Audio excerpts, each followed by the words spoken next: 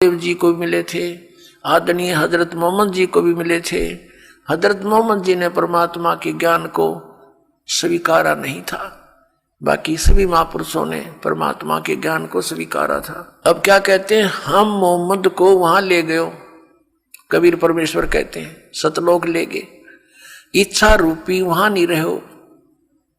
उल्ट मोहम्मद मैल पठाया, गुज बीरज एक कलमा लाया, रोजा बंग नमाज दई रे, बिस्मल की नई बात कही रे।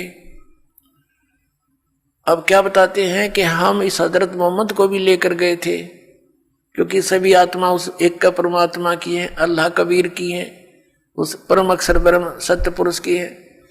वो चाहते हैं कि अच्छी आत्माएं जिनके पीछे काफी लोग लगे हुए हैं उनको और सच्चाई बता दूं तो ये उनको समझा देंगे और जल्दी मेरे शरण में ले आएंगे। लेकिन यहाँ परमात्मा की जो बात सिरे नहीं चढ़ पाई, तो क्या बताते हैं, परमात्मा ने फिर आखिर बताया कि हे मुसलमानों, तुम हजरत मोहम्मद के नाम पर जो ये बिस्मिल करते हो, ये बिस्मिल करने की बात उन्होंने नहीं कही। उन्होंने क्या बताया, रोजा बंग नमाज दई रे, बिस्मिल की नई बात कही रे। नबी मोहम्मद ना गोश्त खाया, हजरत मोहम्मद ने, नबी मोहम्मद ने मांस नहीं खाया, मांस नहीं खाया। कहते हैं अरस कुरस पर अलह तकत है, खालिक बिन नहीं खाली, और वो पैगंबर पाक पुरुष थे साहिब के अब्दाली। वह पैगंबर तो पुण्यात्मा थी, वैसे जुल्म करें थे जैसे तुम कर रहे हो। मांस खाते हो, गऊ काट दी, जोटे की टालना, बकरे खा लिए, मुर्गे खा लिए, उनको दीदार कहाँ है। जो काटे गला बिराना, दूसरे का गला काटते हैं, उनको काम परमात्मा मिलेगा। नबी मोहम्मद नमस्कार है कि नबी मोहम्मद आदरणीय महापुरुष थे और राम रसूल कहाया, वो भगवान का अल्लाह का दूत कहलाया।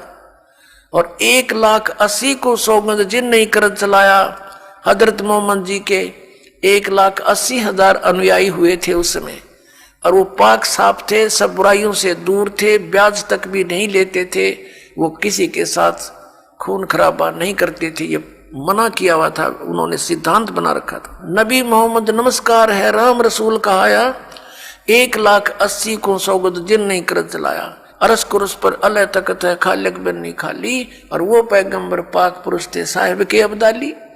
वो तो परमात्मा की कृपा पात्र थे, उन्होंने ऐसा जुल्म नहीं किया।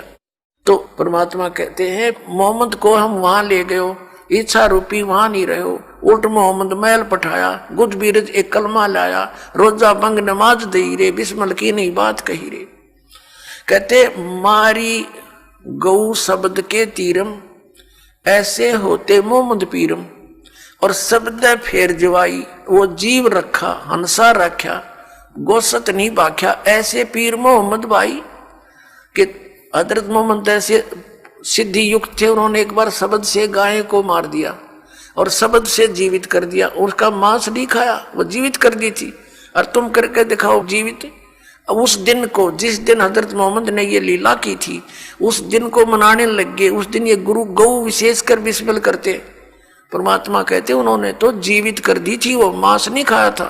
फिर क्या बताते हैं, परमात्मा कहते हैं एक समय हजरत मोहम्मद जी ने